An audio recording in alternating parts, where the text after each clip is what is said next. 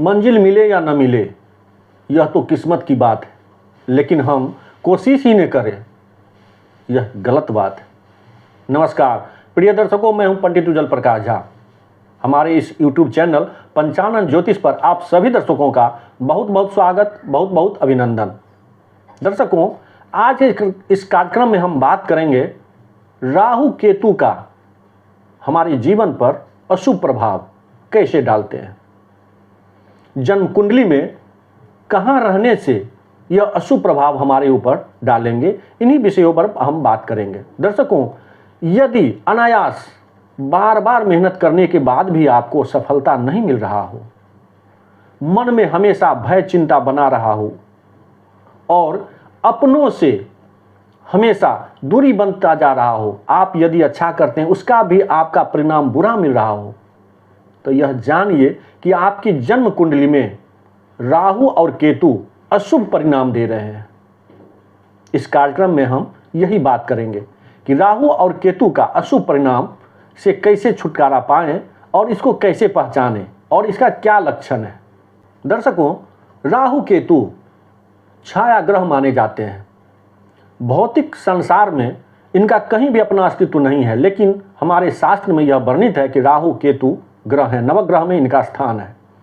दर्शकों, जब हमारे जीवन में बार बार असफलता मिल रहा हो, बिना कारण भय बना हुआ हो, चिंता बना हुआ हो, मानसिक तनाव हो, अनिद्रा हो, उच्चाटन बना हुआ हो, कहीं मन न लगे, एक जगह पर स्थिर होकर के न रह पाएं, एक काम को आप न कर पाएं, बार बार रोजगार चेंज कर रहे हैं, बार बार आप नौकरी बदल रहे हैं या मन में भावना हो रहा है, तो यह समझिए कि आपका यह लक्षण है कि राहु केतु आपकी कुंडली में अशुभ प्रभाव दे रहे हैं।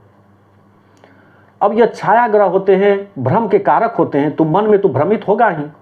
दर्शकों, केतु मोक्ष वैराग के कारण माने गए। कभी कभी ऐसा भी देखने में आता है कि जीवन से उच्चाटन हो जाता है, लोग को कोई भी चीज़ अच्छा नहीं लगता है, या उसको दूसरी शब्दों में कहें तो अवसाद में लोग चले जाते हैं, डिप्रेशन में चले जाते हैं। यह भी राहु केतु का ही कारण होता है।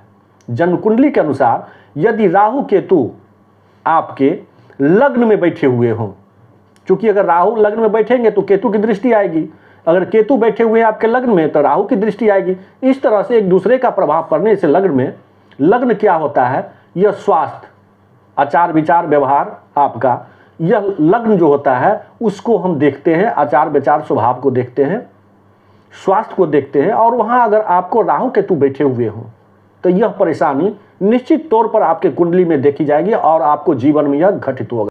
यदि आपके कुंडली में राहु असाधारण स्थिति में हो, यदि कुंडली के दशम भाव में बैठे हुए हो, तो यह असाधारण आपको उन्नति कराएंगे, परिणाम देंगे।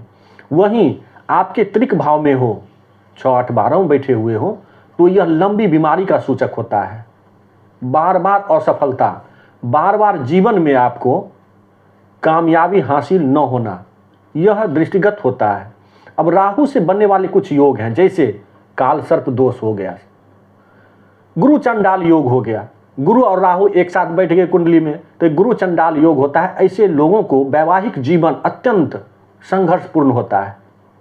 दर्शकों, वहीं यदि आपके कुंडली में काल सर्प योग है, नौकरी पेशा में बार बार उन्हें असफलता मिलती है।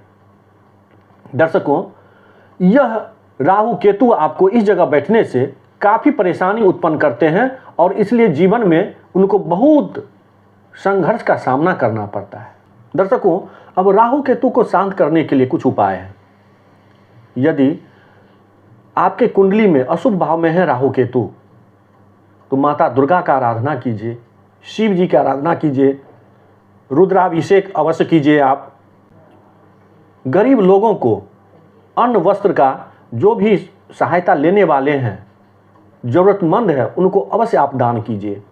शनिवार के दिन रांग राहवे नमः, केंग केतवे नमः, इस मंत्र का जाप करें आप।